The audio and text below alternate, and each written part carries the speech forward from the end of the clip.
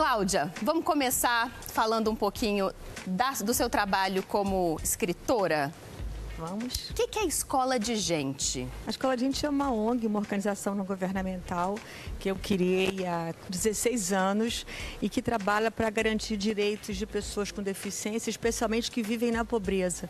Porque no Brasil e nos outros países também é muito comum que você tenha políticas públicas e ações para quem é pobre, de um lado, e tenha políticas públicas e ações para quem tem deficiência do outro. Mas as duas situações juntas que fazem uma mudança enorme no panorama do país, elas não são encaradas do mesmo modo, simultaneamente, a gente não tem solução. Então, eu acho que o movimento de pessoas com deficiência no Brasil é bastante elitista, principalmente de deficiência intelectual. É como se as pessoas com deficiência e pobres não existissem de algum modo, é lógico. E ficam marginalizadas duas vezes, né? Sofrem preconceito e falta de acesso duas vezes, né? E pela ONU, 80% das pessoas com deficiência vivem na pobreza nos países de desenvolvimento. Então, a minha grande pergunta é, como que você vai em projetos sociais, em escolas, enfim, qualquer ação numa região de muita pobreza e você não encontra pessoas com deficiência em grande número.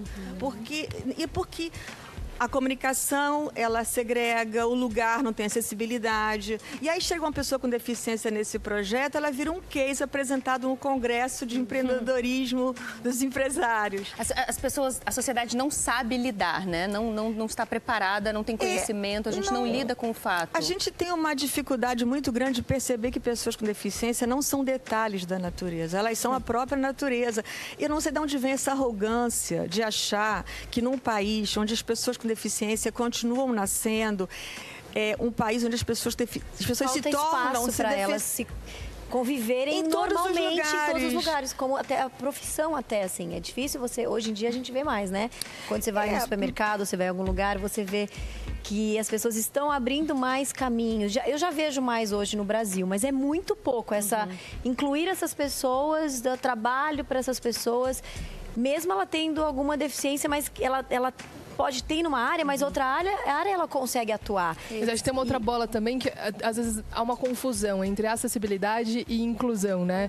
São duas coisas necessárias, mas são duas coisas diferentes. Ajuda a gente, Cláudia, ajuda quem está assistindo. Porque se hoje a Suzana já sentiu alguma diferença, tem muito a ver com o trabalho que você começou lá atrás. Muitas pessoas trabalhando, né? Anonimamente, muitas famílias solitárias. Lutando diariamente, porque o olhar de menos-valia, de segregação, ele é recebido diariamente e nós temos um péssimo hábito no Brasil de dizer que tudo fica amoroso, bonitinho, quer dizer, as pessoas amam e discriminam. Então, a gente tem a sensação, às vezes, que as coisas estão evoluindo, publica, tira foto, põe assim... Hoje em dia é um marketing de pessoas com deficiência, aparentemente incluídas. Eu não sou uma pessoa pessimista, só que eu sou uma lutadora, eu sou uma ativista. E como eu estou nisso há 30 anos, né?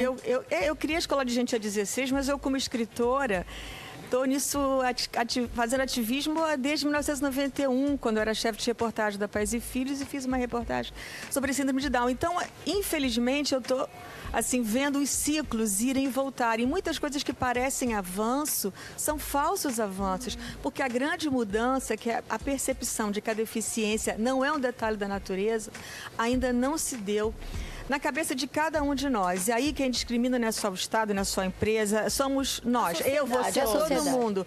A gente discrimina e discrimina muitas vezes em nome do amor. Por isso que tem a expressão especial. A expressão especial, na verdade, é para você dizer que você não acha aquela pessoa nada especial. Mas como você não quer que ninguém saiba, você leva a pessoa numa categoria que todo mundo acha linda, e nessa categoria você disfarça o seu preconceito, só que no lugar das pessoas que são sujeitas de direitos, não existe o especial.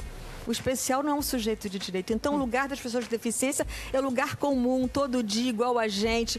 Pessoas com deficiência são chatas, são boas, são inteligentes, são igual lutadoras, gente, são diversas.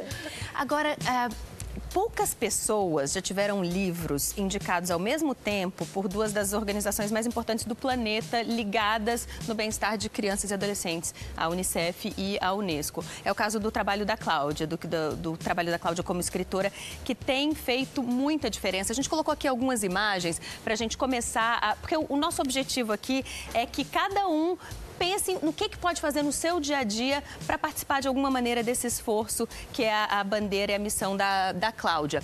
Então aqui tem algumas imagens do que é esse incluir na prática, né, Cláudia? Vamos falar um pouquinho desse trabalho com arte? A Escola de Gente trabalha na área educacional, cultural, social, ambiental, de algum modo, enfim. Mas esse é o nosso projeto mais conhecido, que faz parte da área cultural da Escola de Gente. É um grupo de teatro criado pela minha filha, Tata Werneck. A Cláudia é mãe da talentosíssima, engraçadíssima, maravilhosa Tata Werneck, que você com certeza conhece como atriz e humorista, e que estava com você desde esse Ela que criou, porque eu sou da área de comunicação, sou jornalista. Quando eu criei a Escola de Gente, eu criei para fazer comunicação pela inclusão e muita educação, mas eu não tinha a ideia de fazer teatro, e a Tatá era universitária da Unirio, da Faculdade de Artes Cênicas Pública do Rio, e ela falou: mãe, eu quero criar um grupo de teatro que fale de inclusão com humor e que já pratique total acessibilidade física e comunicacional. Então, o grupo, desde 2003, quando nem era lei, não tinha convenção da ONU, não tinha, embora a nossa Constituição brasileira seja totalmente inclusiva, e a gente seguiu a Constituição, e a Tatá, junto com meu filho também, que criou outros projetos na Escola de Gente, que é jurista, eles foram se imbuindo desse espírito e cada um na sua área contribuiu com uma ideia de alguma ação. Tatá criou o Teatro Acessível, que já foi premiado na ONU. Conta um pouquinho do Teatro Acessível. O que acontece? Ele se apresenta, nós já fizemos várias peças, todas com a temática dos direitos humanos, da inclusão, para crianças, para adultos. Mas qual é o grande diferencial dele? É que qualquer pessoa que chegue no nosso espetáculo, ele vai ter sempre à disposição 10 recursos de acessibilidade comunicacional. Mesmo que não tenha nenhuma pessoa com deficiência na plateia, ele é sempre oferecido para que pessoas com deficiência tenham o direito de estar nos lugares quando desejarem. No nosso caso, tudo é gratuito. Nós temos apoiadores, patrocinadores. Então, porque nós entendemos que a acessibilidade é um conceito que também tem que envolver a gratuidade. Mas isso é o nosso pensamento. Então, o Teatro Acessível, ele tem intérprete de Libras desde a entrada, ele tem intérprete de Libras tátil, se a pessoa é surda e cega. A pessoa surda ou cega, ela tem como desde a fila se comunicar. Tem visita ao cenário para pessoas com deficiência antes da peça começar.